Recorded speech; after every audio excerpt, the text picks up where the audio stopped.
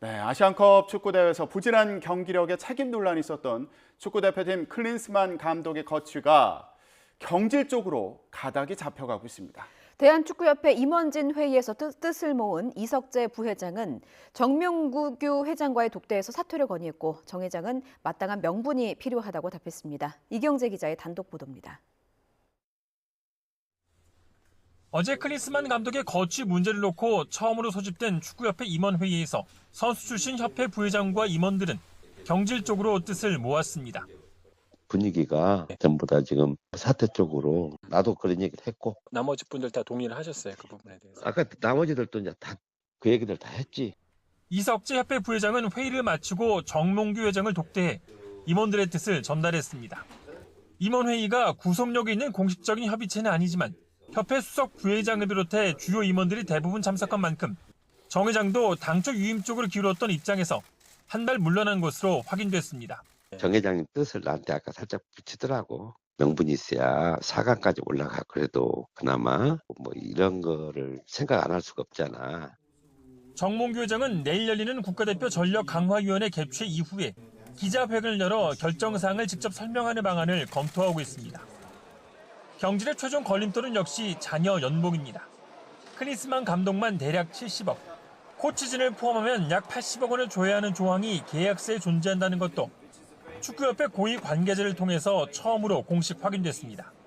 대한축구협회는 계획보다 늘어난 천안축구종합센터 건축비를 충당하기 위해서 최근 300억을 대출받았는데 정 회장은 위약금을 줄 경우 악화되는 협회의 재정 건전성을 놓고 고심하고 있는 것으로 알려졌습니다. YTN 이경재입니다. 유럽연합 EU 집행위원회가 대한항공과 아시아나항공의 기업 결합을 승인했습니다. 3년 넘게 기업 결합 심사가 이뤄진 끝에 합법의 구부 능선을 넘은 건데요. 화면 함께 보시겠습니다. 유럽연합 집행위원회는 조건부로 기업 결합을 승인했습니다. 조건은 두 가지인데요. 먼저 인천에서 유럽을 오가는 14개 노선 가운데 두 회사가 중북으로 운항하는 유럽 4개 노선, 파리와 로마 등을 저비용 항공사, 티웨이 항공사에 넘겨야 합니다. 또 아시아나 화물 사업도 분리 매각해야 한다는 조건도 담겼습니다. 이런 약속이 잘 이행된 것을 확인한 뒤에 최종 승인이 되는데 오는 10월 전까지는 절차가 마무리될 것으로 업계는 예상하고 있습니다. 가장 까다롭다는 EU 승인을 얻으면서 이제 14개 나라 승인 중에 미국 한 곳만 남았습니다. EU가 승인을 꺼린 이유는 화물과 여객 사업에 대한 독과점 우려 때문이었는데요. 미국은 EU보다 심사가 쉬울 거라는 전망도 있지만 이런 독점 우려 때문에 제동이 걸릴 거란 전망도 동시에 나오고 있습니다. 이 때문에 대한항공은 유럽 심사 때처럼 뉴욕과 LA 등 5개 주요 미주 노선을 국내 저가 항공사에 일부 넘기는 방안도 검토하고 있습니다. 미국 승인까지 완료되면 완전한 통합까지는 2년 정도가 걸릴 것으로 보입니다. 대한항공과 아시아나항공의 합병은 지난 2020년 말부터 추진됐습니다. 벌써 3년이 지났는데요. 합병이 순조롭게 이루어지면 여객 부문에서는 세계 15위 이내, 화물 부문에서는 세계 10위권 규모의 초대형 항공사가 탄생합니다. 두 항공사의 통합이 수익성과 효율성을 제고하며 시너지를 낼 것이라는 기대와 함께 핵심 사업을 떼주며 경쟁력 손실을 불렀다는 지적, 또 유일 국적 항공사가 된 대한항공이 항공요금을 올리는 것이 아니냐는 우려도 동시에 나오고 있습니다. 지난달 미국 소비자 물가 상승률이 예상을 웃돌면서 연준의 금리 인하 시점이 더 늦어질 거란 전망이 나왔습니다. 최근 고공행진을 이어가던 뉴욕 증시는 올해 들어 최악의 날을 기록했습니다. 워싱턴에서 권준기 특파원의 보도입니다. 미국 노동부가 발표한 1월 소비자 물가 지수는 지난해 같은 달보다 3.1% 상승한 것으로 나타났습니다. 지난해 6월 이후 3%대 초중반에서 등락을 거듭하는 흐름을 이어갔습니다. 노동부는 주거비가 전달보다 0.6% 올라 물가 상승을 이끌었다고 설명했습니다.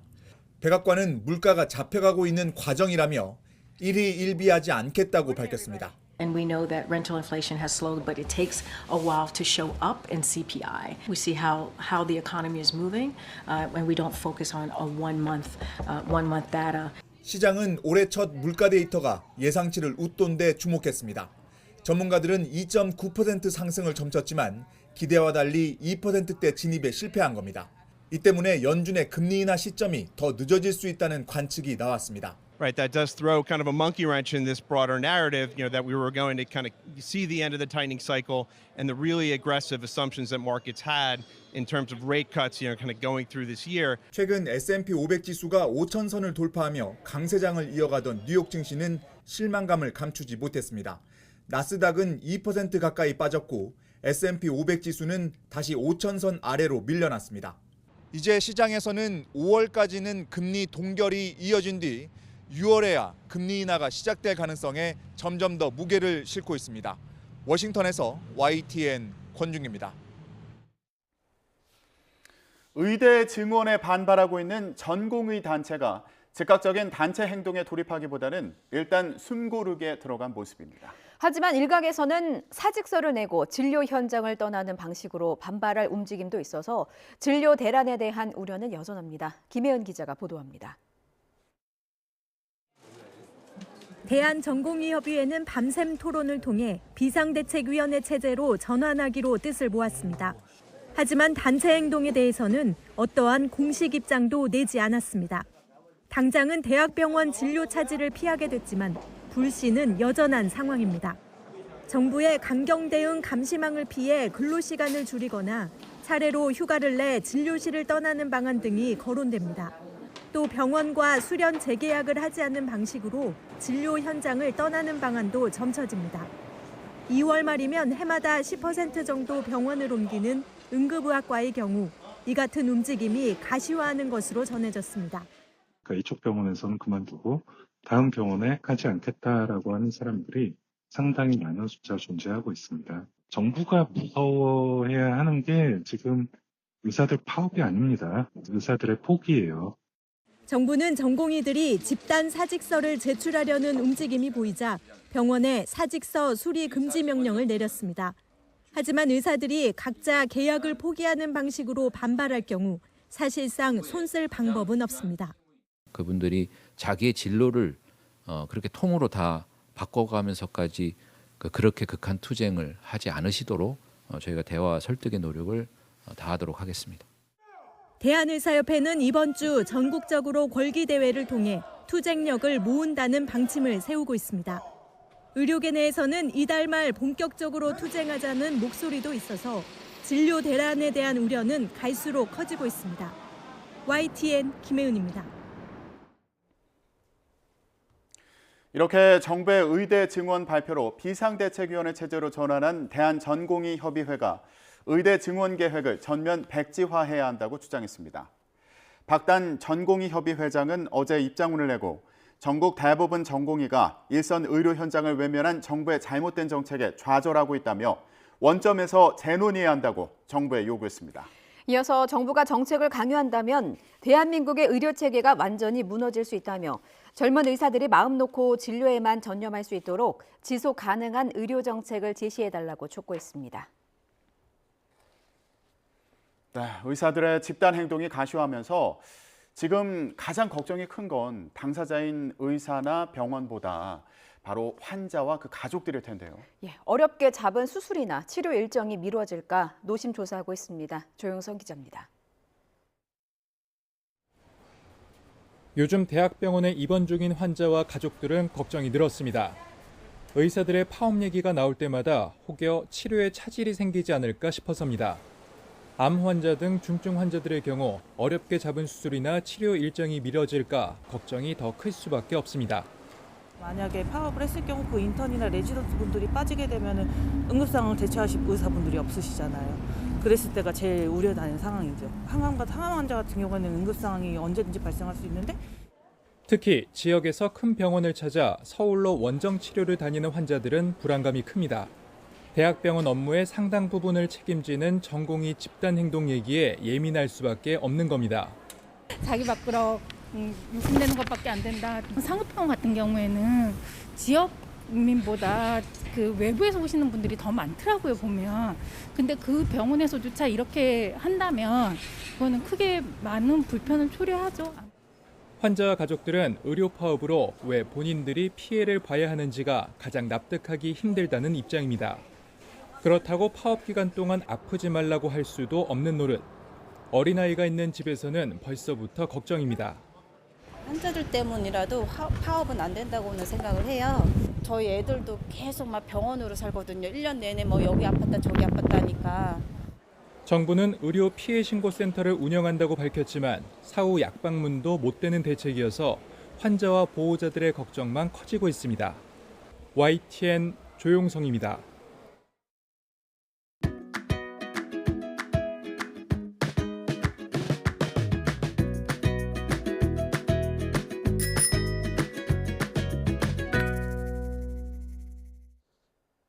국민의힘이 공천 면접 심사에 돌입한 가운데 한동훈 비대위원장은 이른바 곱셈 정치를 통한 이기는 공천을 강조했습니다. 서울, 중성동을 등 예비 후보 사이에 조정이 쉽지 않은 곳도 있지만 지역구 재배치 논의에 힘을 싣는 분위기입니다. 나혜인 기자가 전해드립니다. 최대 승부처인 서울을 시작으로 막을 올린 집권 여당의 총선 공천 면접 심사 첫날, 한동훈 위원장은 뺄셈이 아닌 곱셈 정치를 통해 본선 승리를 이끌겠다고 목소리를 높였습니다. 이재명 대표가 이끈 민주당은 쓴소리 할 사람들을 다 하나씩 누구의 눈치도 보지 않고 잘라내는 정치를 하고 있죠. 그건 뺄셈 정치입니다. 그건 국민에게 도움되나요? 내부 정치나 개인의 이익을 고려하지 않고 이기는 공천만 하겠다는 겁니다. 특히 경쟁력 있는 강세 지역 출마자들을 격전지에 재배치하는 건 전략상 필요하다고 말했습니다. 낙동강 벨트에 헤쳐 모인 PK 지역 중진들에 이어 서울 등 수도권 예비 후보들의 지역구 조정 가능성을 시사한 겁니다. 공천 칼자루를 쥔 정영환 공관위원장도 같은 목소리를 냈습니다. 동일한 지역에 중요한 우리 인력들이 지원자들이 몰린 경우에는 좀 재배치 좀 해가지고 특히 서울 지역에 그런 부분이 좀 있을 것 같아요. 우선 교통정리 대상으로 꼽히는 지역은 전현직 의원 3명이 출사표를 던진 서울 중성동 을입니다. 저는 남은 정치 인생을 중성동을에 바치겠다고 했고 일단 제일 먼저 신청한 제가 조장할 이유는 전혀 없습니다. 유권자분들을 만나면서 뛰고 있는데 그 본분에 이 순간 이후로도 충실을 해야 된다. 서울 강남을 공천을 신청한 박진 의원과 이원모 전 대통령실 인사비서관의 다른 지역 배치 역시 꾸준히 거론되고 있습니다. 기득권을 내려놓고 우리 당의 이번 총선에서 서울 수복을 위해서 헌신할 각오가 돼 있다. 당의 뜻에 전적으로 따르겠다라고 말씀드렸었고요. 그 입장 변함이 없습니다. 국민의힘 공천 면접은 이번 주 토요일인 오는 17일까지 지역별로 계속됩니다. 당장 오늘부턴 경선을 치르지 않는 단수 추천 후보들이 차례로 발표될 예정인데 여당이 강조한 이기는 공천에 부합하는 결과를 내놓을지 주목됩니다. YTN 나혜인입니다.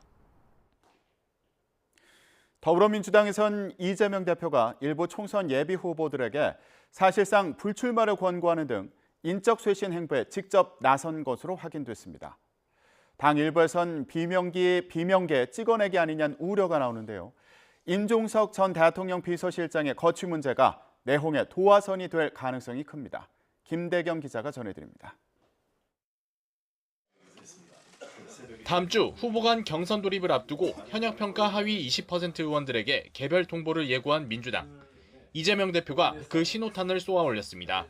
최근 후보 적합도 조사에서 저조한 성적을 낸 문학진 전 의원 등 일부 전현직 의원들에게 직접 연락해 사실상 불출마를 당부한 겁니다. 당 핵심 관계자는 일부 선배 중진급 후보들에게 후배들을 위한 길을 터달라는 취지였다고 배경을 설명했습니다. 이 대표에겐 이른바 올드보이 청산 의지도 있다고 강조했습니다. 여당과 인적 쇄신 경쟁에서 밀리지 않겠다는 의도로 보이는데 당내에선 비명계 속가내기가 본격화됐다는 우려가 제기됐습니다. 공정한 관리가 가장 중요하죠. 또 그러면서도 한편으로 국민들의 눈높이에 맞는 혁신도 해야 되는데 혁신을 하려다 하면 혹시 소위 비명 찍어내기 아니냐 이런 오해를 살 수도 있지 않습니까? 특히 당대표가 직접 쇄신 행보에 나서면서 현역 하위 20% 명단에 관심이 더 쏠리고 있습니다. 컷오프 가능성이 큰 경선감점 대상에 친문 등 비명계가 대거 포함될 경우 가뜩이나 위험 수위를 넘나드는 내분이 폭발할 수 있기 때문입니다. 당내에선 친문 핵심 임종석 전 대통령 비서실장의 공천 여부를 1차 분수령으로 꼽고 있습니다. 설 연휴 기간 이 대표가 거듭 통합을 강조하긴 했지만 전략 공천 지역인 서울 중성동갑에 출사표를 낸 임 전 실장의 거취 논란은 잦아들지 않고 있습니다. 윤석열 대통령에 대한 심판으로 민주당이 그야말로 이제 기조를 가고 있는 건데 거기에 임종석 전 실장이 맞느냐에 대한 부분을 공천관리위원회도 그렇고 지도부도 고민하고 있다. 여기까지만 말씀드리겠습니다. 친명 친문 나누지 않는다. 그럼 이제 결과적으로 그 사람을 공천을 하느냐 마느냐가 남아 있는 건데 그건 아까 말씀드린 것처럼 그 지역에서의 경쟁력이 누가 가장 있느냐를 봐야 판단이 가능한 것이죠.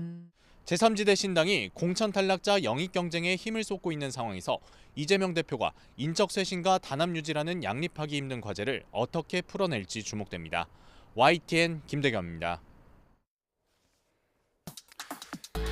이런 가운데 조국 전 법무장관이 신당 창당을 공식 선언했습니다. 조 전 장관은 총선에서 검찰 독재를 종식하겠다고 강조했는데요. 고향인 부산에서 가진 기자회견을 함께 보시죠. 4월 7일은 무도하고 무능한 윤석열 정권을 심판할 뿐만 아니라 복합 위기에 직면한 대한민국을 다시 일으켜 세우는 계기가 되어야 합니다. 떨리는 마음으로 새로운 정당을 만들겠다는 뜻을 국민들께 밝힙니다. 조국 전 장관은 민주당이 추진하는 비례정당에 참여할지에 대해서는 말을 아꼈는데요. 다만 선거에서 연대할 뜻은 있는 것으로 보입니다. 직접 들어보시죠. 현재 저는 그 민주당에서 어떤 결정을 할 것인가를 신경을 쓰면서 저의 행보를 결정하지 않을 생각입니다. 저는 민주당보다 더 진보적인 정당, 민주당보다 더 빨리 행동하는 정당, 민주당보다 더 강하게 싸우는 정당을 만들고자 합니다. 그런 과정에서 당연히 민주당과 협력할 것입니다. 전 지역구에서 1대1 구도를 만들어야 한다고 생각합니다. 민주당은 선을 그었습니다. 조국 신당이 불필요한 논란과 갈등, 집요한 공격만 양산할 거라면서 연대 가능성을 일축했는데요. 그러면서 조 전 장관에게 민주당과 진보 개혁 세력의 승리를 위해 자중해달라고 요청했습니다. 조국 신당이 창당되더라도 이 선거연합의 대상으로 고려하기는 어렵다는 점을 분명히 밝혔습니다.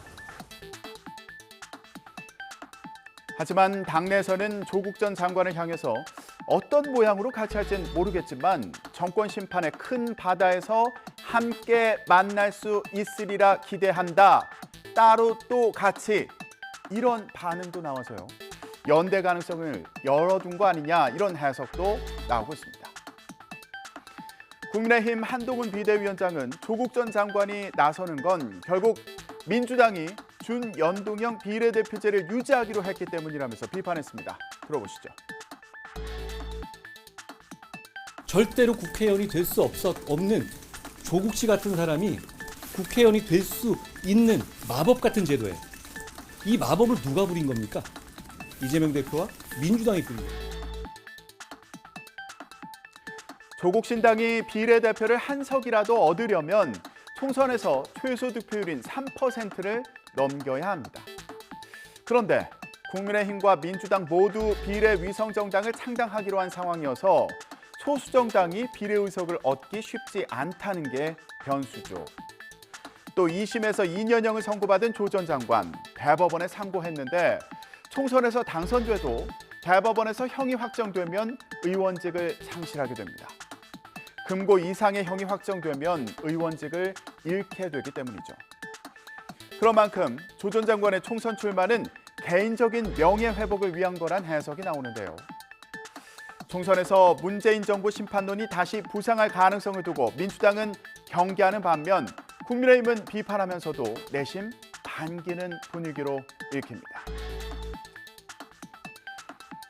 이런 가운데 또 다른 제3지대 신당인 개혁신당은 현역 의원 영입을 위해서 바쁘게 움직이고 있습니다. 바로 국고 보조금 때문입니다. 이번에 지급하는 보조금은 125억 원 정도인데 5석 이상, 20석 미만 정당에는 각각 5%씩 지급돼서 개혁신당은 의원 1명만 더 있으면 약 6억 원 정도의 보조금을 받을 수 있게 됩니다. 하지만 현역 의원이 4명인 현 상태에서 받는 보조금은 1억 원에 못 미치는 것으로 알려졌습니다. 네, 이에 따라서 개혁신당은 민주당 출신 무소속 의원인 양정숙 의원과 또 국민의힘을 탈당한 황보승희 의원에게 접촉했다는 보도가 나오기도 했는데요. 개혁신당은 부동산 실명제 위반 의혹 등으로 재판에 넘겨졌다가 무죄를 선고받은 양정숙 의원에 대해서는 입당을 제안했다고 인정을 했지만 정치자금법 위반 의혹 등을 받는 황보승희 의원에 대해서는 공식 영입 제안을 한 바 없다고 선을 그었습니다. 당 공천관리위원장에는 김종인 전 국민의힘 비상대책위원장이 거론되기도 했는데요. 관련 발언 들어보시죠. 좀 정무적 감각이 있고 그리고 각 정파 간의 의견을 조율할 수 있는 각 정파에서 공통으로 신뢰하는 인물이어야 된다는 원칙 정도를 이야기했습니다. 그리고 거기에 대해 크게 이견은 없었고 그 틀 안에서 아마 찾게 될 거로 보입니다. 김종인 위원장의 그 성함이 언급된 바는 없습니다. 그렇지만은 아까 제가 말하는 기준에 부합할 수 있다고 생각합니다. 하지만 김종인 전 비대위원장은 관심이 없다는 입장을 밝힌 것으로 전해졌습니다. 개혁신당은 양당 체제를 깨겠다면서 이런 포부를 밝히기도 했는데요. 들어보시죠. 30석은 넘어야겠다고 생각을 합니다. 10분의 1인데요. 예, 그래야 양당의 횡포를 막을 수 있을 거예요. 네, 양당 어디도 함부로 못하게 하겠다. 이것이 최소한의 목표입니다. 그런데 개혁신당이라는 빅텐트 아래 보인 제3지대가 공통의 철학과 비전을 보여줄 것이냐는 여전한 과제인데요. 국민의힘 한동훈 비대위원장은 이런 개혁신당을 향해서 위장 결혼을 한 거라면서 비판했습니다. 선거에서 배지를 다는 방법을 찾기 위해서 모이는 것이잖아요. 그리고 원래 생각이 같지 않았던 사람들이 그 생각이 디테일이 다른 게 아니라 지향점과 정체성이 다른 거죠. 일종의 영주권 얻기 위한 위장결혼 비슷한 것 아닙니까? 예, 그게 아마 한동훈 위원장이 가지고 있는 조급함의 표현일지 아니면은 또 그분 개인의 어쨌든 성격에 대한 평가일지는 모르겠지만은 다소 의아하긴 합니다. 예, 지금까지는 보통 어떤 정파나 정당이 새로운 행보를 할 때는 말로나마 응원을 해주는 것이 이 정치권에서의 예의가 아닐까 이렇게 생각합니다. 저는 한동훈 위원장이 어떻게든 잘 되길 바랍니다. 이준석 대표는 또 우리는 국공합작이고 개 머리 위에 씌워진 양의 머리를 벗겨내는 선명한 야당이 되겠다고 강조했고요. 그러면서 명품백 의혹에 대해서도 다시 한번 평가해보라며 한동훈 위원장을 향해 공세를 폈는데요. 앞으로 개혁신당이 공약과 공천을 통해서 어떤 정체성을 보여줄지 주목됩니다. 지금까지 전국 브리핑이었습니다.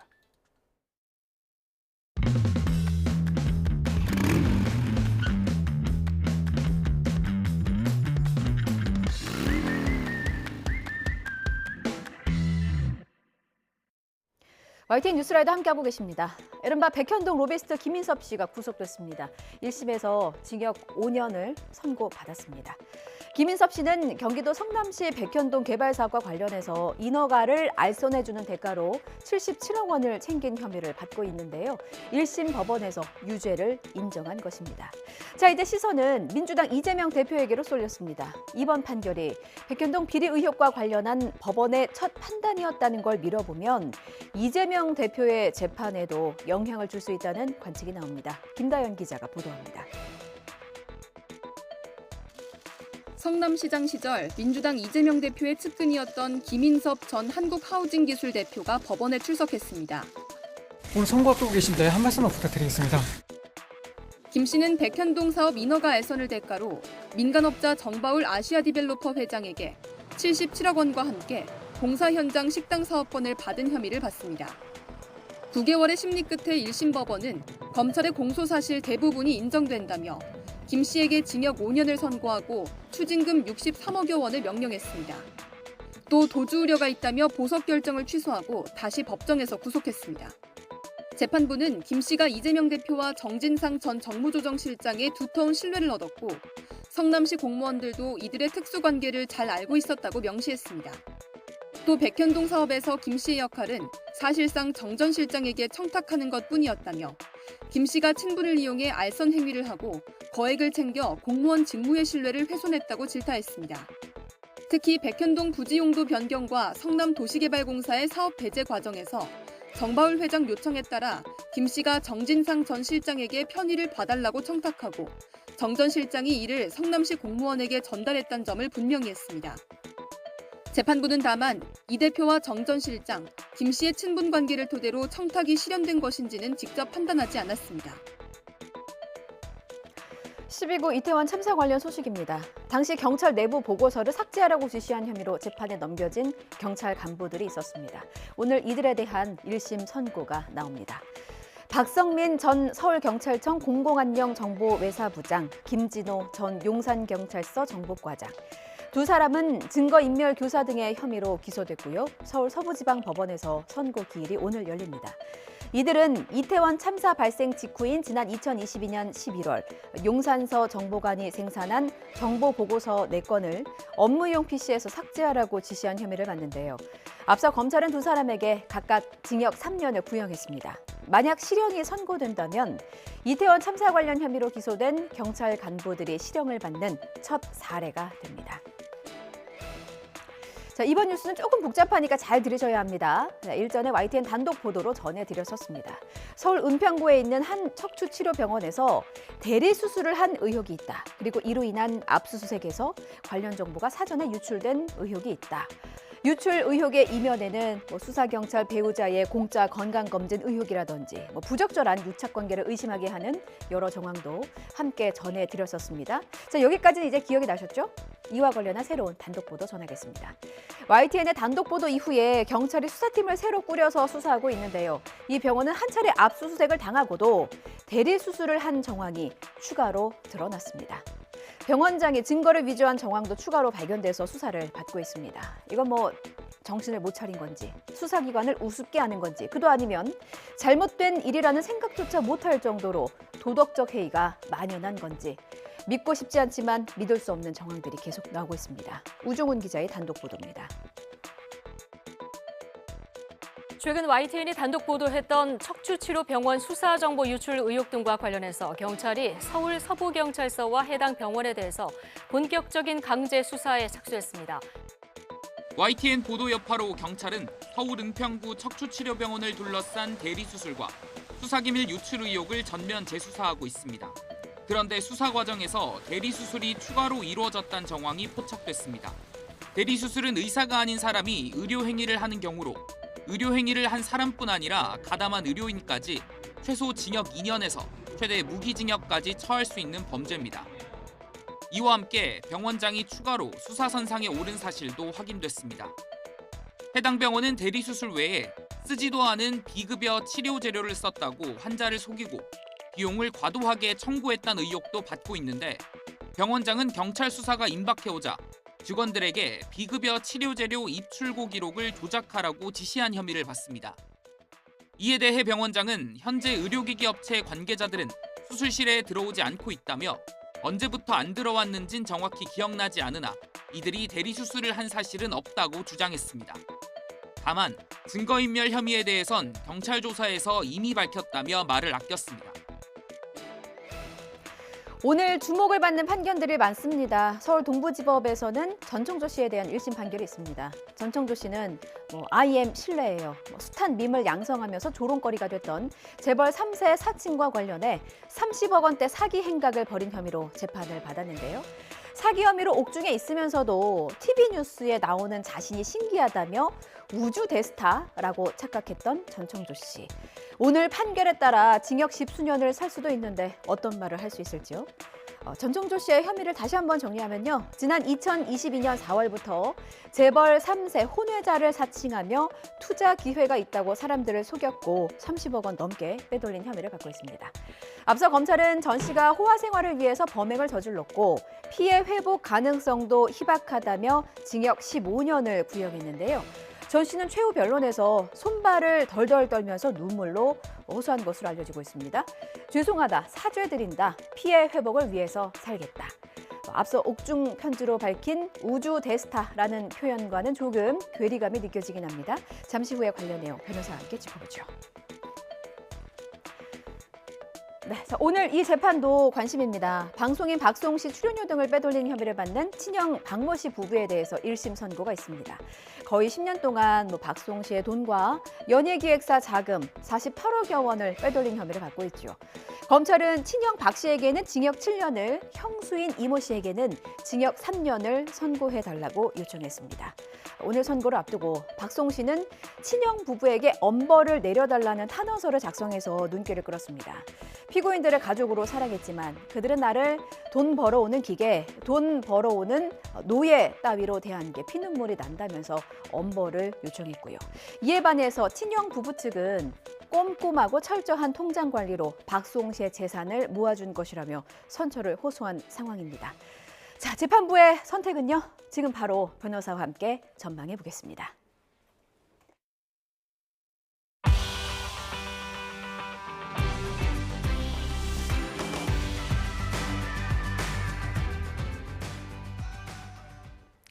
네, 김성수 변호사와 함께합니다. 어서 오십시오. 안녕하세요. 예, 박수홍 씨 얘기부터 좀 해보겠습니다. 박수홍 씨가 친형 부부를 횡령 혐의로 고소한 걸 따져보니까 벌써 횟수로 한 3년이 됐더라고요. 일단 그간의 좀 재판 과정을 정리해 볼까요? 예, 이제 1심 선고가 오늘 날 예정이다 보니까는 네. 사실관계를 조금 설명을 드리겠습니다. 네. 이게 일단은 2021년 3월경에 처음에 이제 박수홍 씨가 이 친형 부부로부터 뭐 좀 근원적인 횡령을 당했다. 이런 이제 논란이 발생을 해요. 예. 그리고 나서 이게 맞느냐 아니냐 이렇게 이야기가 되다가 박수홍 씨가 이 고양이 다옹이의 이 인스타그램을 통해서 예. 실제로 뭐 그런 의혹이 있는 것은 맞다 이렇게 입장을 밝히고 그리고 이와 관련해서 이제 좀 대화를 하고자 하는데 예. 대화가 안 되는 경우에는 고소를 할 수밖에 없을 것 같다 이런 취지의 이야기를 하게 됩니다. 예. 그래서 사람들이 고소를 한 것이 아니냐 이렇게 예상을 했었는데 실제로 2021년 4월 5일에 고소장이 접수가 됩니다.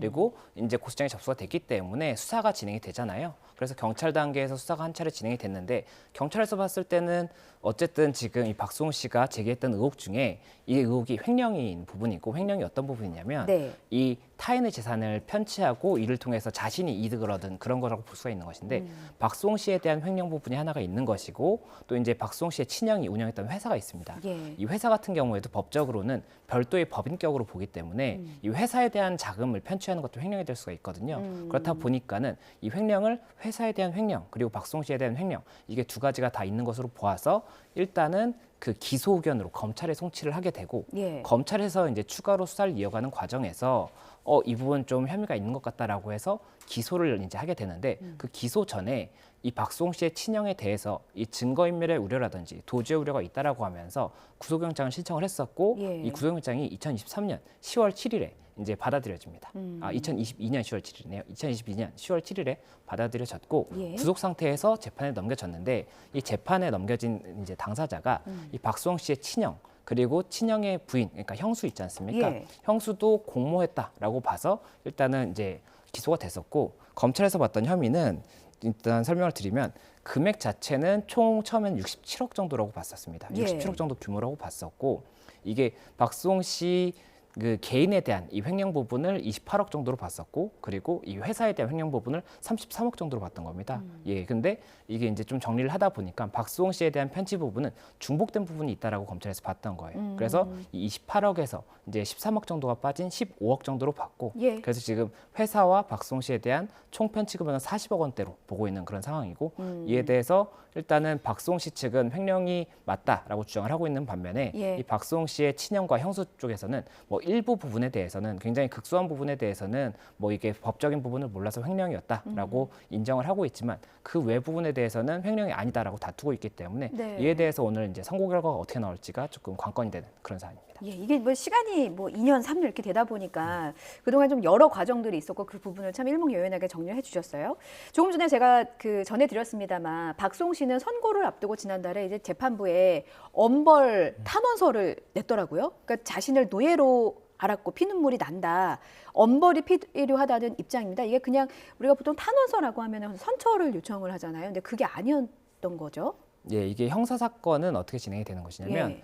피해자가 고소를 하지 않습니까? 고소를 하면 재판에서 당사자는 검찰과 피고인이에요. 그러니까 지금 현재는 검사와 이 박수홍 씨의 친형 그리고 형수 이렇게 양쪽에서 다툼을 하고 있고 예. 판사 이제 재판부에서 어느 쪽이 말이 맞는지를 보고 있는 겁니다. 그러니까 피해자가 관여할 수 있는 부분이 결국에는 내가 이런 피해가 있고 이런 부분을 조금 더 봐달라라고 하려면 탄원서를 제출을 할 수밖에 없어요. 그렇군요. 예, 그리고 이 탄원서의 종류가 뭐 이게 피해가 회복이 됐다든지 원만하게 합의를 해서 조금은 좀 경하게 처벌해 주세요라고 하는 탄원서가 있는 반면에 이렇게 내가 지금 정말 피해 회복을 하나도 못 받았고 이런 부분들을 재판부에서 조금 더 좀 중히 봐서 네. 조금 더 엄히 처벌해줬으면 좋겠다 하는 게 엄벌 탄원서거든요. 근데 지금 같은 경우에 박수홍 씨는 이 사실관계 관련해서 이 이후에도 이런 횡령에 대해서 전혀 인정을 하지 않고 있고 이에 대해서 뭐 사과를 받은 것도 없고 그리고 말씀하셨던 것처럼 내가 돈을 버는 노예처럼 이렇게 가족에게 치고를 당했다는 사실 자체가 굉장히 힘들다.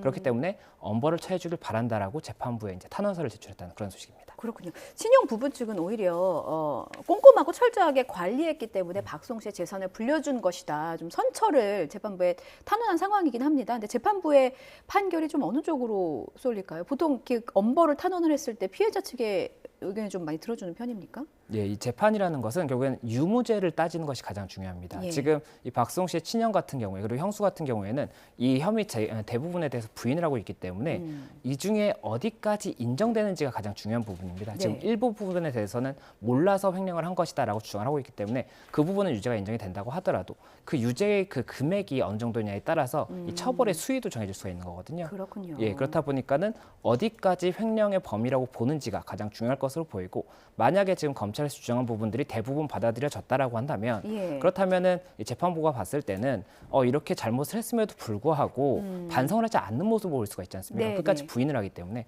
그렇게 되면은 아무래도 그 처벌에 있어서 가중이 될 수가 있는 부분이 있고 예. 또 피해자가 엄벌 탄원서까지 제출을 했다는 것은 피해자에게 용서를 받지 못했다는 취지이기 때문에 그 부분에 대해서도 감경 사유가 아닌 어느 정도는 가중이 될 수 있는 요소가 아닌가 생각이 됩니다. 그렇군요. 그러니까 횡령 범위가 어떤 형량을 결정하는 데 관건이 될 것이고 일단 유무죄를 다투거나 횡령을 한 게 이제 유죄로 드러나게 되면 그것이 형량 처벌 수위에도 영향을 미친다라는 설명이셨어요.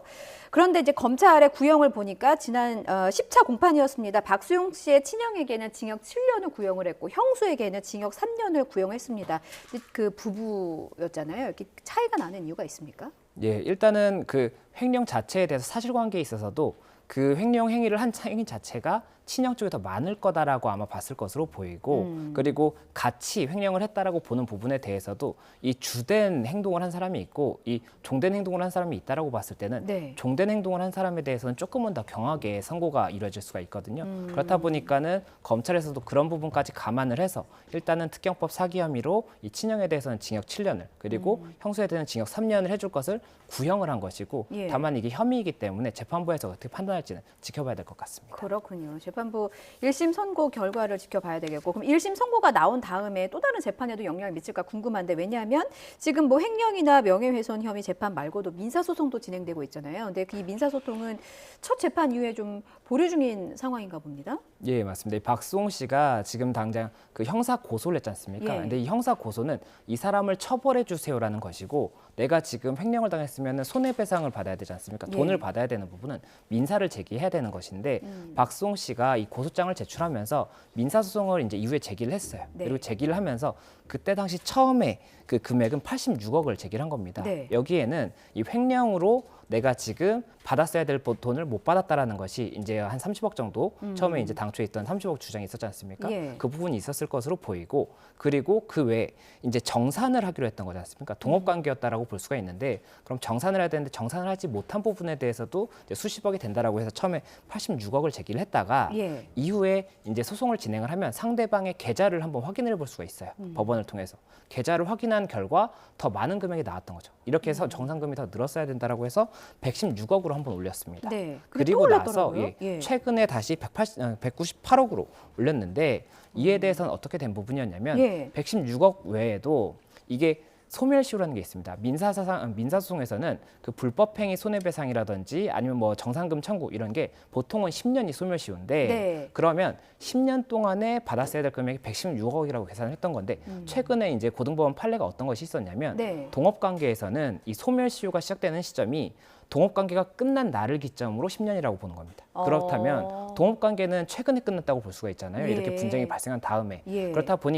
그렇다면은 이 기간이 더 길어지다 보니 이에 대해서 그러면 더 앞서 있던 그 채권에 대해서도 청구를 한다라고 해서 198억으로 지금 상향이 됐던 부분이고 그 지금 현재 민사소송이 진행이 안 되고 있는 이유는 이 형사소송에서 사실관계에 대한 쟁점이 지금 진행이 되고 있지 않습니까? 그리고 거기서 굉장히 첨예하게 다투고 있기 때문에 민사재판부 입장에서는 형사사건의 이제 선고 결과를 보고 뭐 횡령이 많이 인정이 됐다라고 한다면 아 그러면 이 부분에 대해서는 박수홍 씨의 말을 조금 더 신빙할 수 있겠다. 이런 부분들을 판단을 하려고 일단은 지금 좀 진행이 정지되어 있는 그런 상태라고 볼 수가 있습니다. 그렇군요. 오늘 1심 선고 결과에 따라서 이제 민사소송에도 영향을 미친다고 정리를 해주셨습니다. 다음 소식도 짚어보겠습니다. 이번에는 전청조 씨 관련한 선고가 또 오늘 예정이 돼 있어요. 전청조 씨 뭐 재벌 3세 혼외자라고 사칭하고 30억 원대를 이제 편취한 혐의를 받고 있는데 원래는 1심 선고가 8일에 나오기로 했었는데 이게 미뤄졌더라고요. 어떤 이유 때문입니까? 예, 원래는 1월 8일에 이제 선고기일이 예정이 돼 있었는데 이 당일에 재판부에서 한 차례 선고기일을 연기해서 오늘로 이제 선고기일이 정해진 겁니다. 2월 8일이었네요. 그런데 이렇게 된 이유가 2월 8일 당시에 재판부가 선고를 하려고 보니까 이 사건이 지금 전청조 씨만 피고인으로 있는 게 아니라 전청조 씨의 경호 팀장으로 알려졌던 이모 씨도 같이 피고인으로 돼 있는데 이 이모 씨에 대해서 몇 가지 더 확인할 것이 있는 겁니다. 이제 판결문을 쓰려고 보니까 이 부분은 조금 확인해야 될 것 같은데 라고 해서 다시 재개를 하고 이 이모 씨를 당일에 불러서 이 부분 확인을 합니다. 그래서 이런 전청조 씨가 이렇게 실제로는 재벌이 아니라는 것을 언제 알았는지 이런 부분들을 확인했던 겁니다. 예, 왜냐하면 이게 공모를 했다라고 보려면 처음부터 짜고 이렇게 하는 것이 있을 수가 있고 아니면은 어느 순간에 알았을 수 있어요. 어느 순간은 이 사람이 사기꾼이구나라는 걸 알았을 수가 있는데 그때도 다른 피해자를 속이는 것을 가만히 보고 있다거나 아니면은 뭐 어떤 도움을 준다고 하면 그때부터는 방조범이 되는 거거든요. 그 시점에 대해서 아마 재판부에서 조금 고민을 했던 것으로 보이고 그렇다 보니까는 이것을 좀 분명하게 하기 위해서 선고기일이 잡혔었지만 한번 연기를 하고 다시 한번 좀 사실관계를 확인했던 것이 아닌가 생각이 듭니다. 그 부분은 이제 재판부가 확인을 해서 판결문을 통해서 확인할 수 있을 것 같고요. 전청조 씨가 최후 진술에서 거의 뭐 말 그대로 통곡을 했다고 합니다. 손발을 덜덜 떨면서 나는 죽어서 마땅한 사람이다. 뭐 끝까지 책임지고 싶다. 뭐 이런 반성하는 태도를 재판부의 앞에서 보인 것 같습니다. 이것이 혹시 영향을 주겠습니까? 예, 지금 전청조 씨 혐의 같은 경우가 크게 세 갈래로 나눌 수가 있는데 이제 첫 번째가 말씀하셨던 것처럼 이 30억 원 가량을 이제 20명 넘는 사람으로부터 편취한 부분이 있지 않습니까? 이 부분이 특경법 사기라고 볼 수가 있는 부분이 있고 또 그 다음으로 이런 뭐 주민등록증을 남성이라고 하면서 위조했던 부분이 있어요. 그럼 이건 공문서거든요. 주민등록증은 공문서이기 때문에 공문서 위조 및 위조 공문서 행사가 있는 겁니다. 그리고 또 하나가 이 용역계약서라고 해서 이 어떠한 특정 기업으로부터 내가 이렇게 용역계약을 받은 사람이다라고 보여준 게 있는데 이것도 허위였던 거죠. 그런데 이거는 사적인 문서거든요. 계약서는. 그러니까 사문서 위조 및 위조 사문서 행사가 있는 거고 그리고 또 하나가 이 데이트 앱으로 만난 남성들에게 내가 이제 남성에게 임신을 했다라고 해서 위약금을 내야 되니까 돈을 달라. 이렇게 해서 7천만 원 가량을 또 이제 편취한 부분이 있어요. 이게 또 일반 사기가 됩니다. 이렇게 세 갈래로 볼 수가 있는데 이에 대해서 지금 징역 15년을 구형을 한 것이고 말씀하셨던 것처럼 이렇게 뭐 손발을 떨면서 우는 모습을 보였다라는 것은 재판부가 봤을 때 이 감경사유 중에 하나가 진지한 반성을 하고 있는 것이거든요. 피해 회복을 위한 노력이라는 뭐 문구도 본 것 그렇죠. 같고요. 그리고 지금 전청조 씨가 피해 회복을 위해서 뭐 어떻게든 피해 회복을 하겠다라고 한다든지 예. 이런 주장을 하고 있거든요. 그러면 편취 금액이 예를 들어서 뭐 10억이다라고 했을 때 이 중에 뭐 일부가 변제가 되고 뭐 5억 정도 변제가 되고 나머지 부분에 대해서는 내가 이러저러해서 어떻게든 변제하겠다라고 하면 재판부에서 봤을 때도 일부의 피해라도 변제가 됐기 때문에 그 부분에 대해서는 일단 성의를 보인 부분이라고 볼 수가 있는 부분이 있는데다가 진지한 반성을 한다고 볼 수도 있지 않습니까? 예. 아, 이 사람이 이번에 이렇게 조금 처벌을 받고 나서는 앞으로는 이런 행동을 하지 않겠구나라고 한다면 조금은 경하게 처벌이 될 수가 있는 것인데 그 부분을 아무래도 감안을 해서 반성의 태도를 보이는 경우가 많은데 네. 이런 데에 대해서 재판부도 워낙 이렇게 반성의 태도를 보이는 사람들이 많지 않습니까? 뭐 다 잘못했다고 하겠죠. 예, 그렇죠. 그렇다 보니까는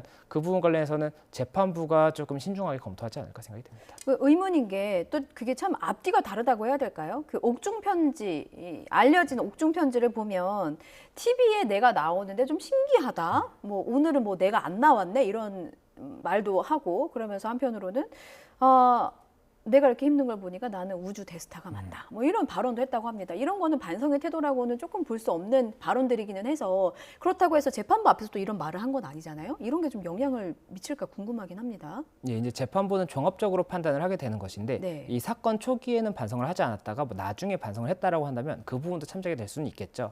다만 이게 뭐 시간의 변화에 따라서 심경의 변화가 있다라고 보는 것이 아니라 만약에 반성의 태도가 없음에도 불구하고 재판부 앞에서만 뭐 반성문을 쓴다든지 이렇게 했다라고 한다면 네. 그 부분을 반성을 했다라고는 받아들여지지 않을 수도 있기 때문에 이런 부분들에 대해서는 이제 재판부가 여러 사실관계를 통해서 확인할 것으로 보이고 예. 그리고 그 말씀하셨던 편지 같은 경우에는 조금 의아했던 부분이 이 편지가 공개될 가능성도 있을 것을 예상을 할 수도 있었을 것 같은데 옥중에서 책도 써가지고 그렇죠. 그걸로 변제하겠다 뭐 이런 얘기도 그런데 있었고. 그런 부분의 태도 자체가 재판부가 봤을 때 어떻게 비춰질지를 전청조 씨가 생각을 못했을까에 대해서는 조금 의문이 있다 보니까는 왜 이런 글을 썼을지 그리고 그 내용에도 뭐 일부 내용을 보면 뭐 남현희 씨에 대한 언급이 있다든지 이런 걸 네. 보았을 때는 어느 정도는 이게 언론에 공개될 가능성이 있다라는 걸 예상한 것이 아닌가 이런 생각도 드는 부분이 있는데 예. 그런 부분들에 대해서까지도 조금은 뭐 어떻게 재판부가 볼지는 봐야 될 것 같습니다. 그렇군요. 저희 주어진 시간을 다 썼는데 너무 궁금해서 남현희 씨 얘기가 해서 남 씨가 범행을 모두 알 수 있었고 범행 수익 대부분이 남현희 씨에게 돌아갔다라고 전춘조 씨가 주장을 하고 있거든요. 그러면 남현희 씨에 대한 조사는 어떻게 진행이 되는 겁니까? 예, 현재 지금 남현희 씨에 대한 조사는 아직 수사 단계에 있는 것 같고 법원에 뭐 기소되거나 이런 것은 아닌 것 같은데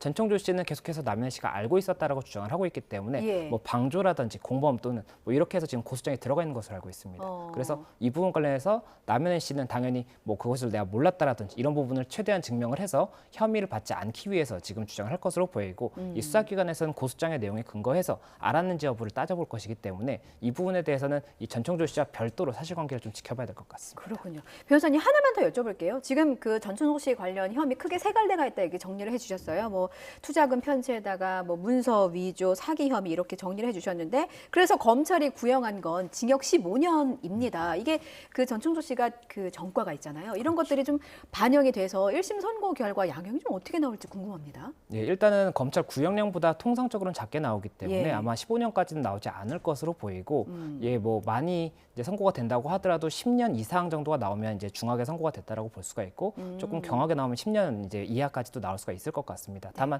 이게 1심 선고고 항소를 또 검찰에서도 당연히 할 것이기 때문에 확정이 어떻게 되는지는 좀 지켜봐야 될 것 같습니다. 그렇군요. 그럼 항소까지 할 거라고 예상을 하십니까? 예, 검찰에서는 구형량보다 적게 나오면 대부분 항소를 한다고 예상을 할 수 있습니다. 그렇군요. 오늘 결과를 지켜보죠. 뭐 관심 가는 재판들이 많아서 이모저모 짚어봤습니다. 김성수 변호사와 함께했습니다. 잘 들었습니다. 네, 고맙습니다.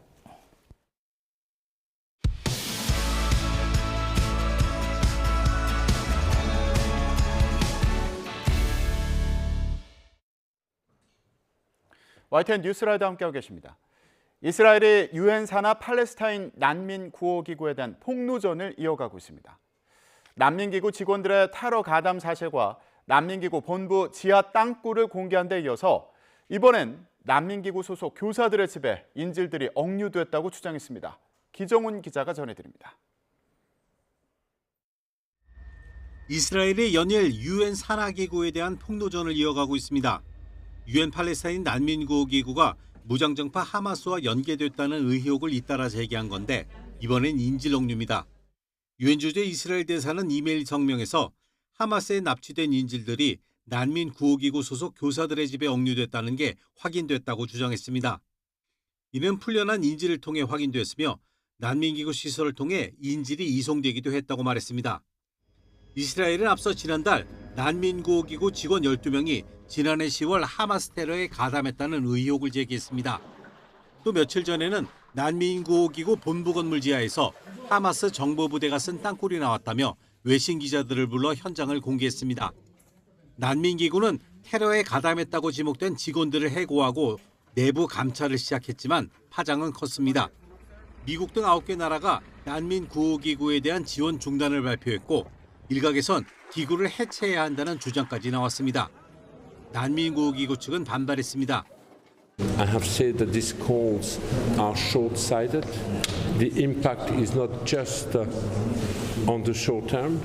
It's not just weakening our collective ability to respond to the humanitarian crisis. 하지만 이스라엘은 난민기구가 구호라는 본래 목적에 맞지 않는 활동을 하고 있다며 비판을 그치지 않고 있습니다. This is not a mandate that comes to check how to ensure you don't employ terrorists in the future, how to ensure you don't have infrastructure of hundreds of tunnels under UNRWA schools, under their main headquarters. This is how amazing it is. 유엔은 군사작전에서 민간인을 보호하라며 이스라엘을 압박하고 있지만 한편으론 중립성 유지라는 기본 덕목에 연거푸 생채기가 나면서 체면을 구기고 있습니다. YTN 지정훈입니다. 미국 상원에서 우크라이나에 대한 80조 원 규모의 추가 지원 예산안이 통과됐습니다. 하원 통과 여부가 불투명한 가운데 젤렌스키 우크라이나 대통령은 예산안 처리를 호소했습니다. 김태현 기자가 전해드립니다. 미국 상원이 우크라이나와 이스라엘, 타이완에 대한 군사 지원을 담은 953억 달러 규모의 안보 예산 수정안을 통과시켰습니다. 찬성 70대, 반대 29로 가결됐습니다. 바이든 대통령이 지난해 10월 예산안을 제출한 지 4개월 만입니다. 이 가운데 우크라이나 지원 규모는 601억 달러로 약 80조 원입니다. 공화당 유력 대선 후보인 트럼프 전 대통령이 이미 예산안 처리 반대 입장을 밝힌 데 이어 일부 공화당 상원 의원들도 제동을 걸었지만 통과를 막지 못했습니다. This bipartisan bill sends a clear message to Ukrainians and to our partners and to our allies around the world. America can be trusted. America can be relied upon. 하지만 하원은 공화당이 다수당이고 친 트럼프 강경파 의원도 상당수여서 통과 여부가 불투명합니다. 공화당 소속인 마이클 존슨 하원 의장도 미국 국경정책 관련 내용이 없다는 이유로 예산안 반대를 시사했습니다. 우크라이나는 상원 통과를 환영하며 하원 처리를 호소했습니다. І наступний крок – голосування Палати представників. Це дуже важливо. Очікуємо також морально сильного вибору і рішення, яке запрацює для спільної безпеки. 젤렌스키 대통령은 미국의 지원은 우크라이나의 평화를 앞당기고 자유세계의 안보와 번영을 증진한다고 강조했습니다. YTN 김태현입니다. 조 바이든 미국 대통령이 중국 기업이 소유하고 있는 틱톡을 이용한 선거운동을 시작했습니다. 그런데 앞서 중국으로 기밀이 유출되는 걸 우려해서 모든 관공서에서 틱톡 사용을 금지한 상황이어서 비판과 함께 논란이 일고 있습니다. 류재용 기자가 전해드립니다. 미국 프로스포츠 최대 축제인 프로풋볼 슈퍼볼이 열리기 전날 바이든 대통령이 소셜미디어 틱톡에 등장했습니다. Chiefs or Niners? Two great quarterbacks, hard to decide. But if I didn't say I was for the Eagles, then I'd be sleeping alone. My wife's a Philly girl. 하지만 틱톡은 중국 기업이 모기업이어서 중국 정부로의 개인정보 유출 우려가 있다며 지난해 백악관이 나서 연방정부의 모든 전자기기에서 틱톡 앱 삭제를 지시한 상황. 곧바로 공화당은 물론 민주당 내부에서도 우려의 목소리가 제기됐습니다. 공화당 소속의 하원 중국특위위원장은 청소년들에게 지지를 호소하는 것보다 국가 안보가 더 큰 일이라고 강조했습니다. 하원 중국특위 민주당 간사 역시 우려를 표시하며 틱톡 금지 필요성을 지적했고 역시 민주당 소속의 상원 정보위원장도 금지한 틱톡을 이용하는 데 따른 혼재된 메시지가 우려스럽다고 밝혔습니다. 백악관은 곤혹스러움 속에 책임을 선거 캠프에 떠넘기면서 틱톡 금지의 원칙만 거듭 강조했습니다. The administration still has concerns, security concerns about TikTok, even though the campaign has now joined it. Again, I cannot speak, nor will I speak for the campaign. I can't do that or their decisions. Nothing's changed about the national security concerns from the NSC's perspective about the use of TikTok on government devices. That policy is still in place. 틱톡은 미국 젊은 층에서 압도적인 인기를 누리고 있습니다. 그런 만큼 지속적인 고령 논란에 최근 특검 보고서의 기억력 묘사까지 겹치며 공공에 처한 바이든 대통령이 비난을 무릅쓰고라도 틱톡을 통해 젊은 층에 다가서려 한 것이라는 분석이 나오고 있습니다. YTN 유재웅입니다.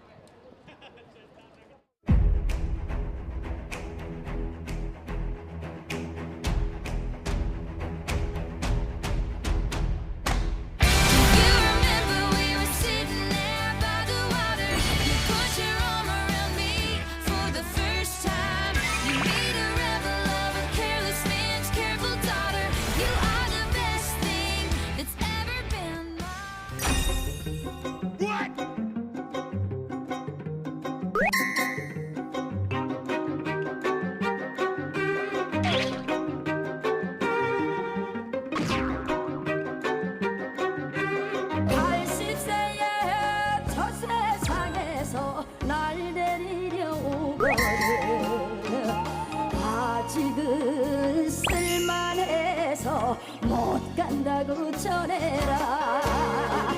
90세의 저 세상에서 날 데리려 오거든.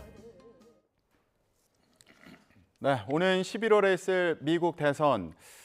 바이든 대통령과 트럼프 전 대통령의 리턴 매치가 벌어질지 지금 주목되는 상황인데요. 이 외에도 팝스타 테일러 스위프트부터 또 트럼프 전 대통령의 말폭탄 등 다양한 변수들이 연이어서 쏟아지고 있습니다. 관련 내용 전문가와 함께 얘기해 보겠습니다. 박원곤 이화여대 북한학과 교수와 함께합니다. 안녕하십니까? 네, 안녕하세요. 네. 요즘 갑자기 테일러 스위프트 관련 기사가 쏟아지고 있어가지고요. 예, 많은 분들이 궁금해하실 텐데 얼마나 영향력이 대단하길래 대선판을 흔들 정도다 이런 얘기까지 나옵니까? 좀 한국에서는 그만큼 영향력이 커 보이진 않습니다.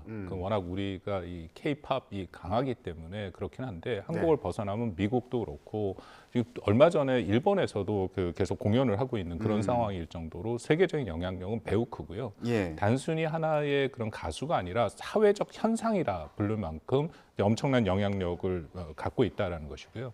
뭐 몇 가지 이미 다 확인이 됐습니다만 가장 큰 것은 몇 가지가 있습니다만 인스타그램이라고 거기에 팔로우가 2억 8천만 명 정도 되고 그리고 시사 주간지 타임이 2023년 올해 인물로 선정을 했는데 올해 인물로 가수가 순수한 자기 직업으로 선정된 것은 처음이다라고 그렇게 알려져 있습니다. 예. 그리고 여론조사에 따르면 미국인들 중에 53%가 스위프트의 팬임을 자처하고 있다라는 거니까 엄청난 숫자인 거죠. 예. 더불어서 이 경제적인 효과가 엄청납니다. 한번 콘서트를 가거나 투어를 가면 거기에 예. 따라서 이 미국 내 지방 경제가 다 살아나고 세계적으로도 엄청나게 그렇게 경제 부흥을 갖고 오기 때문에 스위프트 노믹스라는 얘기가 나올 정도고요. 그래요? 그래서 하버드 대학에서는 아예 테일러 스위프트를 분석하는 그런 과목이 열려서 그렇게 수강이 되고 있는 상황까지 와 있습니다. 그렇군요.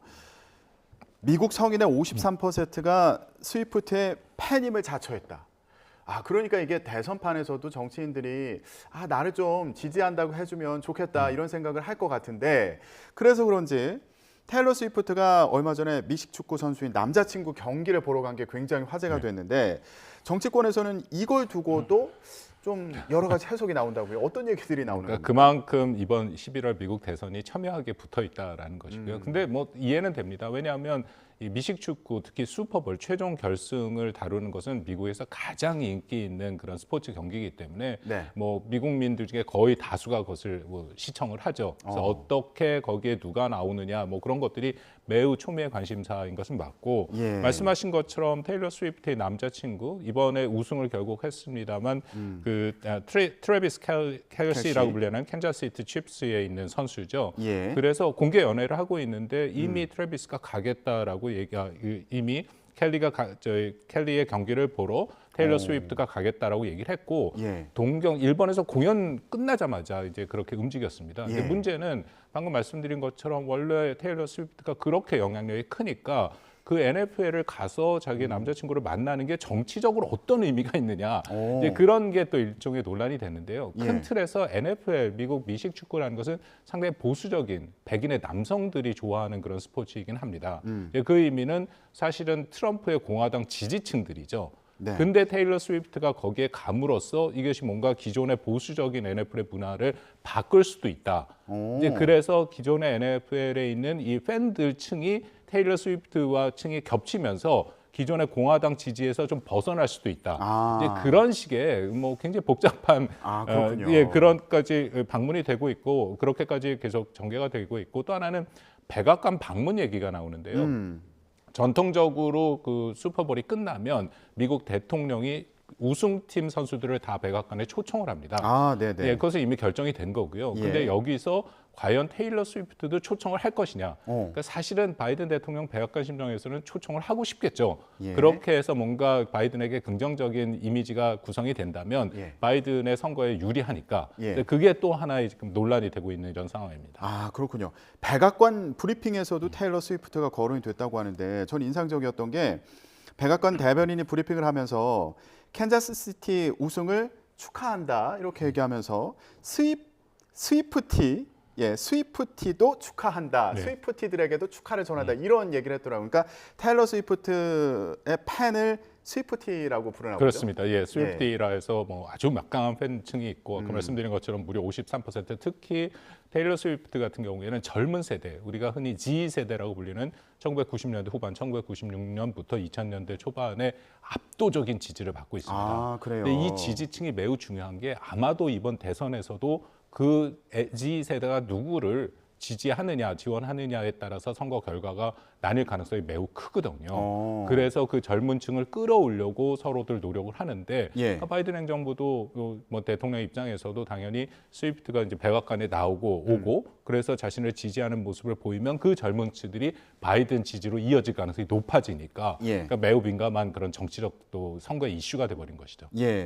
지난 대선 때는 테일러 스위프트가 바이든 대통령을 지지했다고 하더라고요.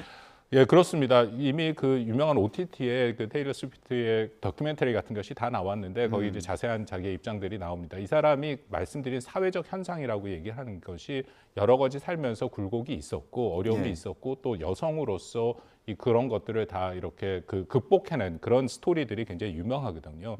그래서 그 OTT에서 나온 다큐멘터리를 보면 2016년에 자기가 트럼프를 반대한다라는 말을 못한 것을 굉장히 후회한다라고 얘기를 했고요. 2020년에도 바이든을 지지를 했는데 딱 바이든의 개인보다는 늘 헐리우드의 주류들이 얘기하는 뭐 성소수자 문제라든지 여성의 권익 문제라든지 그런 것을 그래도 더 확실하게 지지를 하고 공약으로 내세우는 바이든을 자기가 지지를 한다라는 식으로 얘기를 했습니다. 아직까지 이번 선거에도 명확한 입장을 밝히지는 않았는데 아마도 제가 말씀드린 다큐멘터리를 보면 입장을 밝힐 가능성이 있고 입장을 밝힌다면 당연히 트럼프를 반대한다는 그런 입장이 나올 가능성이 있는 것이죠. 그래서 이미 트럼프 전 대통령도 거기에 대해서 반응을 보이고 있습니다. 그렇군요. 보니까 뭐 바이든 대통령 선거 캠프에서 자신의 노래를 사용할 수 있도록 허가한 상태라고 하니까 이게 또 간접적으로 지지 의사를 밝힌 거 아니냐 이런 해석을 하는 경우도 있더라고요. 그렇습니다. 그리고 아직 선거가 한 8, 9개월 남았기 때문에 아마 시간이 지나면서 좀 더 당연히 바이든 캠프 측에서는 테일러 스위프트의 공개 지지를 요구를 할 거고 그것을 기대할 것이고 거기에 반대로 트럼프 대통령은 이미 여러 번 얘기를 했습니다. 자기가 굉장히 테일러 스위프트를 비롯해서 많은 그런 미국의 그 예술가들에게 경제적인 이득을 줬다. 이제 통과시킨 법이 있거든요. 그 법 통해서 저작권을 더 보호할 수 있는 법을 통과시켜서 그만큼 음악인들과 관련해서. 예 그렇게 예. 했는데 자신한테 어떻게 이렇게 할 수 있느냐. 그러니까 벌써 그렇게 얘기를 했고 또 트럼프의 그 강력 지지층 메가라고 불리는 그 팀들이 있지 않습니까? 예. 거기에 대해서는 굉장히 많이 음모론을 그래요? 얘기를 하고 있는데 뭐 그 음모론을 제가 말씀드리고 싶지는 않습니다. 예. 알겠습니다. 트럼프 전 대통령 같은 경우는 테일러 스위프트에게 바이든 대통령을 지지하지 말라고 이렇게 요청하기도 하는 그런 상황이라고 하는데 미국 그 대선도 지금 굉장히 첨예한 상황이군요. 그렇습니다. 예. 자, 그런데 이 대선판을 흔드는 또 다른 변수가 있습니다. 트럼프 전 대통령의 입입니다. 예. 최근에 논란이 된 발언이 나토 관련 발언이었어요. 예, 이게 어떤 발언이었죠? 그 발언의 핵심은 그 나토가 늘 트럼프 대통령은 동맹을 비용 편익적으로 보고 있습니다. 그러니까 자신들이 미국이 돈을 내서 지켜주는데 왜 동맹국들이 거기에 대해서 적절하게 충분한 보상을 하지 않느냐. 이거는 뭐 트럼프의 굉장히 일관된 입장이었고 2016년부터 4년간 한국을 비롯해서 물론 나토 동맹국들에게도 똑같은 얘기를 한 것이죠. 근데 이번에는 조금 더 나갔습니다. 근데 이 배경을 보면 사우스캐롤라이나 유세를 하는 중에 2월 24일 날 사우스캐롤라이나 유세가 공화당 경선이 있는데 굉장히 중요한 경선이거든요. 예. 니키 헤일리가 여전히 사우스캐롤라이나는 니키 헤일리의 정치적 고향이고 여기서 트럼프가 확실히 이겨야 이제 3월 달에 이른바 슈퍼 화요일이라는 데를 안 넘어가고 자기가 이 모든 것이 결정이 되는 것을 바라기 때문에 아마 유세장 또 분위기도 그렇고 말이 세게 나간 것이죠. 그래서 만약에 그 나토 동맹국들이 제대로 된 방위 분담을 하지 않으면 심지어는 러시아를 이렇게 부추겨서 더 이렇게 뭔가의 그 위협을 내겠다, 위협을 발생하게 하겠다 해서는 안 되는 말은 분명합니다. 그러니까 이런 얘기를 하니까 기존에 그 트럼프가 2016년부터 보여줬던 그런 비용 편익적인 것들이 겹쳐지면서 또 나토에 대해서 매우 부정적인 인식을 갖고 있는 것도 충분히 보여줬거든요. 그래서 심지어는 나토 해체론까지 이어지는 그런 상황이 오고 있는 것입니다. 북대서양 조약기구 나토 동맹국이 국방비를 내지 않으면 미국에서 보호하지 않겠다. 그리고 러시아가 원하는 대로 하도록 독려할 것이다. 이런 취지로 발언을 했다고 해서 이제 논란이 된 상황인데 이 발언이 전해지면서 바이든 대통령이 강하게 비판했습니다. 뭐라고 얘기했는지 들어보고 오시죠. No other president in our history has ever bowed down to a Russian dictator. Well, let me say this as clearly as I can. I never will. For God's sake, it's dumb, it's shameful, it's dangerous, it's un-American. For as long as I'm president, if Putin attacks a NATO ally, the United States will defend every inch of NATO territory. 트럼프 전 대통령 발언을 두고 멍청하고 부끄럽고 위험하다, 미국답지 않다, 굉장히 세게 비판했네요. 뭐 당연히 바이든 대통령 이게 미국의 주류 전략가들은 다 그렇게 생각을 합니다. 나토라는 게 뭐 당연히 미국이 나토에서 70% 이상의 방위 분담을 하고 있기 때문에 부담이 되는 거지만 이게 쌍방향적인 것들이 분명히 있거든요. 예를 들어서 이미 그 미 국무부 대변인 또 이런 얘기를 했었는데. 그 2001년 9.11 테러가 발생을 하자 그 나토 헌장 5조가 있습니다. 집단 방위 체제라고 해서 나토 동맹국 회원국 중에 한 국가라도 공격을 받으면 이것은 나토 전체에 대한 공격으로 생각하고 공동 집단 대응을 하게 했는데요. 그것이 유일하게 처음으로 발동된 게 바로 2001년 9.11 테러 이후입니다. 그러니까 사실은 미국이 일정 수준 거기에 대해서 혜택을 본 부분이 있는 것이죠. 이런 부분을 놓고 볼 때는 이게 결코 쌍방향적이진 않다. 근데 문제는 트럼프가 이렇게 얘기하는 게 미국 국민들에게는 일정 수준 설득력이 있다는 겁니다. 그래요? 왜냐하면 미국의 입장에서는 현재 우크라이나 전쟁에 대해서 미국이 사실 또 가장 많은 지원을 하고 있는 것은 사실이거든요. 그래서 트럼프가 이번 대선을 앞두고 이 어젠다 47이라는 것을 자기 홈페이지에 계속 올리고 있는데 거기에 우크라이나 얘기가 나옵니다. 미국이 2천억 달러 이상을 지불을 했는데 우크라이나 지원을 위해서 근데 나토 동맹국은 거기에 10분의 1밖에 지원을 하지 않았다. 그러니까 자기가 대통령이 되면 나머지 비용을 받아내겠다. 그런 얘기를 하고 있습니다. 근데 미국 국민들 입장에서는 우크라이나 전쟁은 미국의 직접적인 위협이 아니거든요.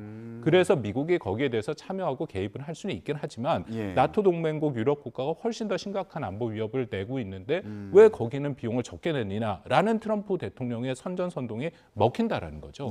그래서 그 얘기를 끝없이 하고 있고 또 하나는 나토의 동맹국 중에 트럼프가 계속 요구하는 게 방위비, 각국에 쓰고 있는 방위비가 나토가 이미 나토 헌장 3조에 따라서 2% 이상을 쓰기로 다 결정을 했는데 전체 31개국 중에 11개국가만 2% 이상을 쓰고 나머지는 2% 미만을 씁니다. 참고로 미국 같은 경우는 3.78%인가 그렇거든요. 방위비가. 그러니까 트럼프가 계속 문제를 제기하는 거죠. 왜 니네들은 적게 쓰고 우리가 내는 이 미국민들의 세금으로 그만큼을 다 우리가 보존해 주냐. 그렇기 때문에 너희들도 2% 아니다 4% 내라. 트럼프가 집권 때 그런 얘기까지 나왔거든요. 그런 것을 계속 선거에 하고 있는데 이게 어떻게 보면은 조금 더 큰 틀에서 트럼프가 얘기한 미국 우선주의 또 어떻게 보면 이게 미국 고립주의의 그런 전통의 그 미국민들에게는 상당히 일정 수준 설득력이 있는 얘기를 하고 있다고 봅니다. 예. 그런데 트럼프 전 대통령이 집권 당시에는 나토를 탈퇴할 수도 있다 뭐 이런 발언도 했습니까?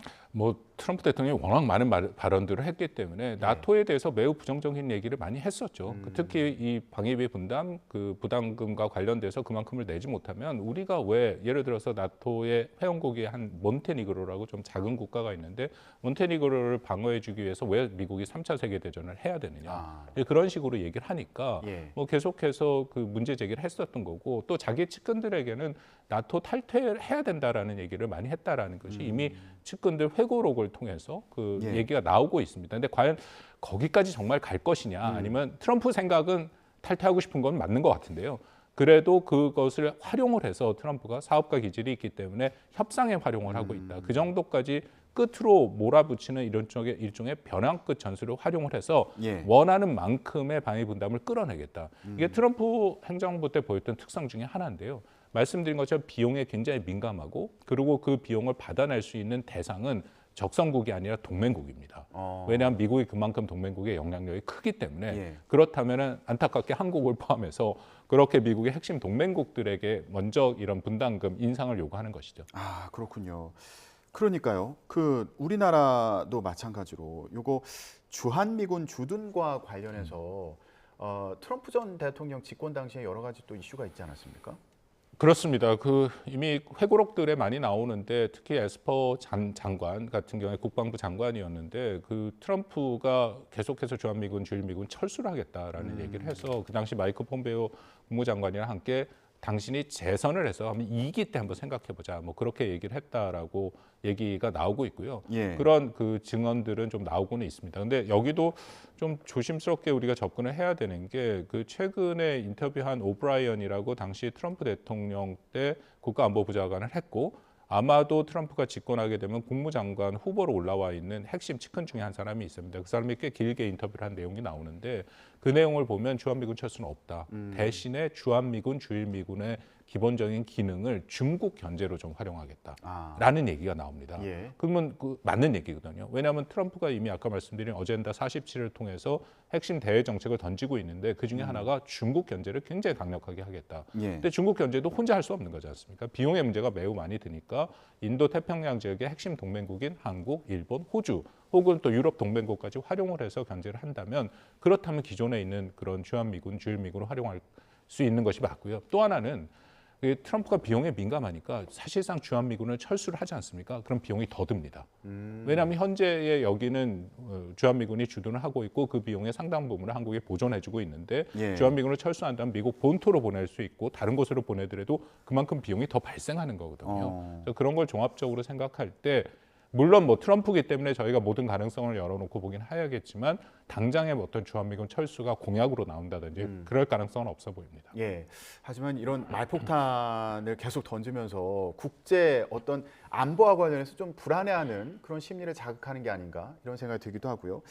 자, 트럼프 전 대통령의 이런 발언 논란이 이어지면서 팬층을 좀 두텁게 모으는 건가 이런 생각이 들기도 하는데 한편에서는 오히려 바이든 대통령에게 호재가 될 수도 있다 이런 해석도 있습니까?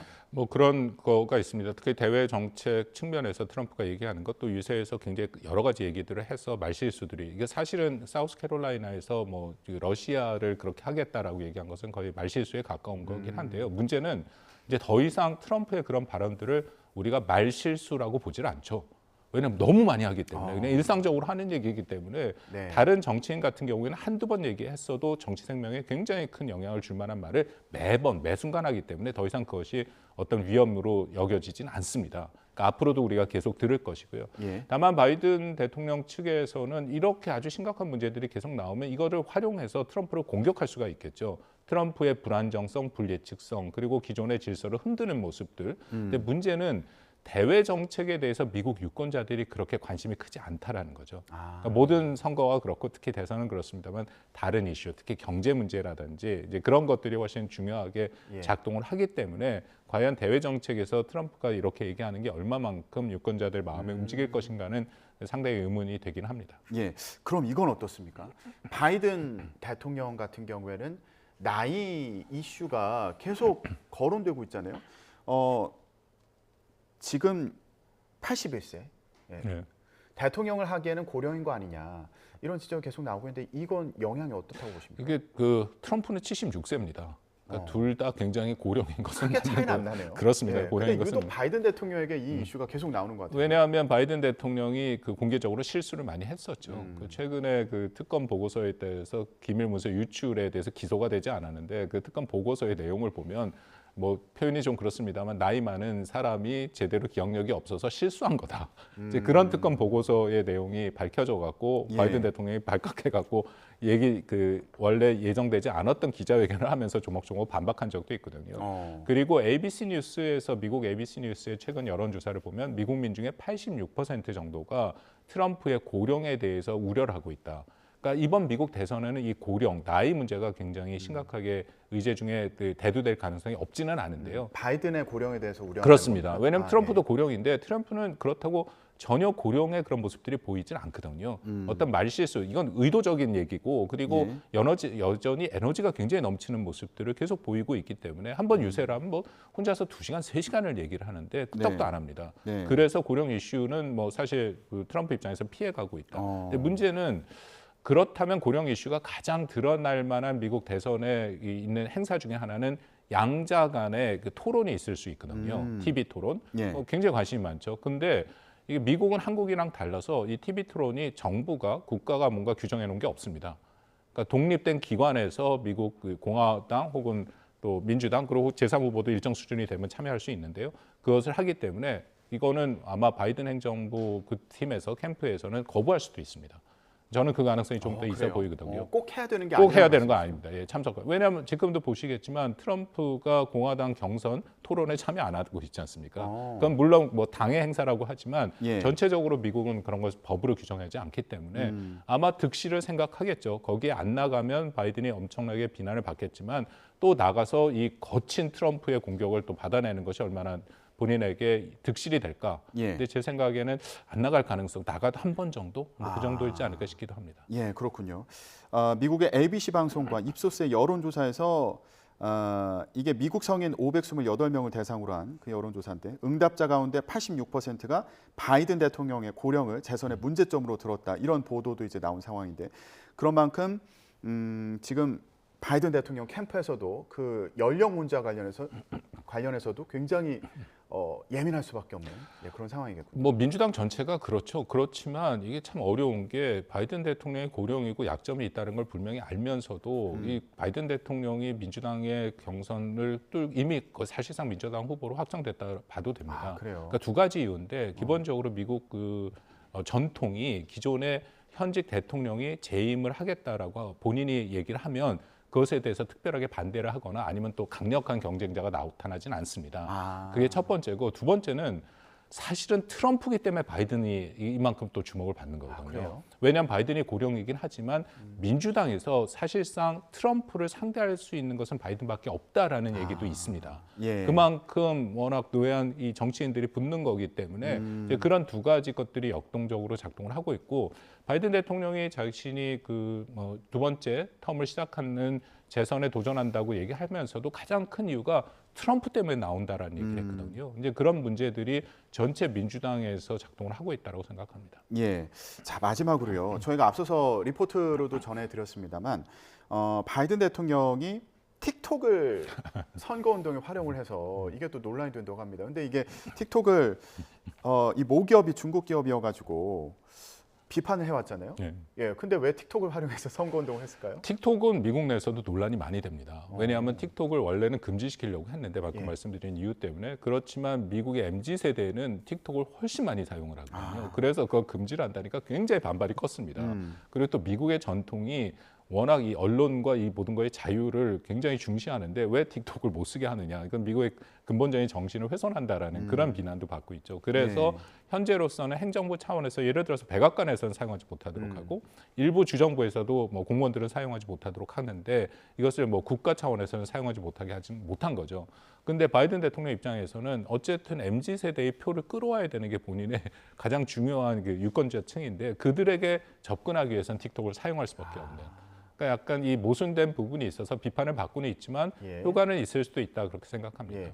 근데 미국의 MZ 세대들도 이렇게 대선에 관심이 높은가요? 별로 그 높질 않죠. 이제 그 부분이 고민이고 그래서 특히 바이든 행정부의 아무래도 젊은 세대들은 트럼프보다는 MZ 세대 같은 경우 바이든의 그것도 사실은 좀 복잡한 게 굉장히 나뉘어 있습니다. 근데 그럼에도 젊은 층이 민주당 바이든을 지지할 가능성이 조금 더 높죠. 그래서 어쨌든 그 유권자층을 데리고 와야 되는 것이고 또 아시다시피 미국이라는 것은 이 경합주 한 6개에서 7개 주에서 결판이 납니다. 표차가 별로 안 나거든요. 그래서 굉장히 적은 숫자의 유권자가 모든 걸 결정하기 때문에 그 부분에 굉장히 중점을 둘 수밖에 없는 상황도 있다 봅니다. 예, 알겠습니다. 미국 대선의 여러 가지 변수에 대해서 얘기 나눠봤습니다. 지금까지 박원곤 이화여대 북한학과 교수였습니다. 말씀 고맙습니다.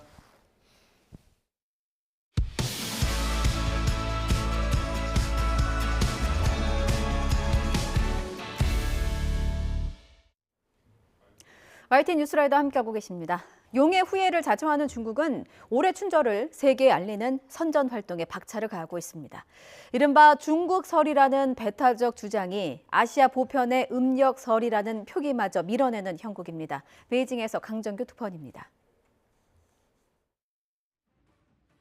음력 새해 전야에 펼쳐진 춘절 갈라쇼, 용띠해를 상징하는 각종 공연과 함께 신장 위구르 소수민족, 인민군대까지 무대에 올렸습니다. 관영 매체들은 중국 전역은 물론 세계 200개국에 생중계됐다며 대대적으로 선전했습니다.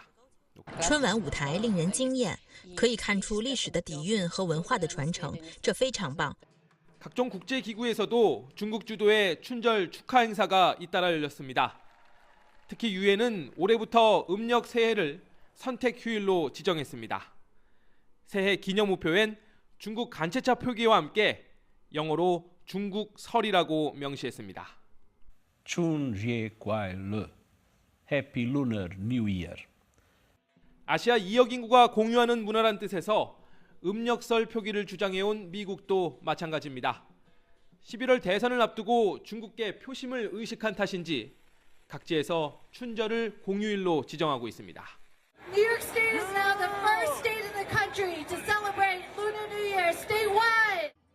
세계 곳곳에서 열린 화교 거리 축제도 음력설이 아닌 중국 설을 알리는 데 힘을 보태고 있습니다.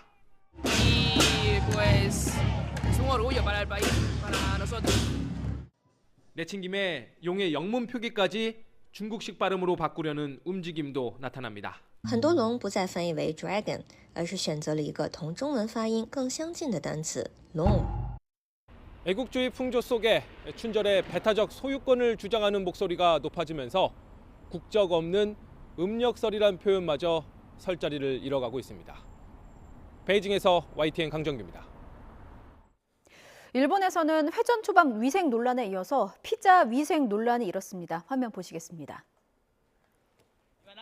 일본에 있는 도미노 피자 체인 점포입니다. 한 종업원이 콧구멍을 손가락으로 만지다가 피자 반죽에 묻히는 듯한 장면이 바로 이 장면입니다. 지금 뭐 하는 건가요? 이 장면이 촬영된 영상이 퍼졌습니다. 본사가 법적 대응을 검토 중이라고 NHK가 보도했습니다. 도미노 피자 재팬은 공지문에서 소셜미디어에 지금 보시는 문제 영상이 퍼져서 조사를 벌인 결과 그제 새벽 2시쯤 효고현 아마가사시키 점포 종업원이 부적절한 행위를 한 영상으로 판명됐다고 밝혔습니다. 이에 이 회사는 해당 매장에 있는 모든 반죽을 폐기하고 영업을 중단시켰다고 덧붙였습니다. 해당 종업원은 회사 조사에서 재미삼아서 했고 후회한다고 말했다고 합니다. 자, 영상은 같은 점포의 다른 종업원이 촬영한 것으로 전해졌습니다. 인도 농민 수만 명이 트랙터 만여 대 나눠 타고 수도 델리로의 상경 시위를 시작했습니다. 인도 정부가 2년 전에 한 약속을 지키라는 건데 강력 대응으로 맞선 경찰과 충돌이 빚어졌습니다. 류재복 기자의 보도입니다. 농민을 태운 트랙터가 줄지어 이동합니다. 수도 델리로 향하는 도로는 시위 차량 만여 대로 꽉 찼습니다. 경찰은 델리 입구에 바리케이드를 치고 진입을 막았습니다. सभी को आदेश दिया जाता है कि अपने मसबे को तितर-बितर कर ले, अन्यथा कानूनी कार्रवाई की जाएगी. 뽀얀 최루 연기와 함께 경찰 진압이 시작됐습니다. 한 치 앞도 분간할 수 없게 된 시위대가 우왕좌왕합니다. 물대포까지 동원해 해산에 나섰지만 시위대도 돌을 던지며 강력하게 저항합니다.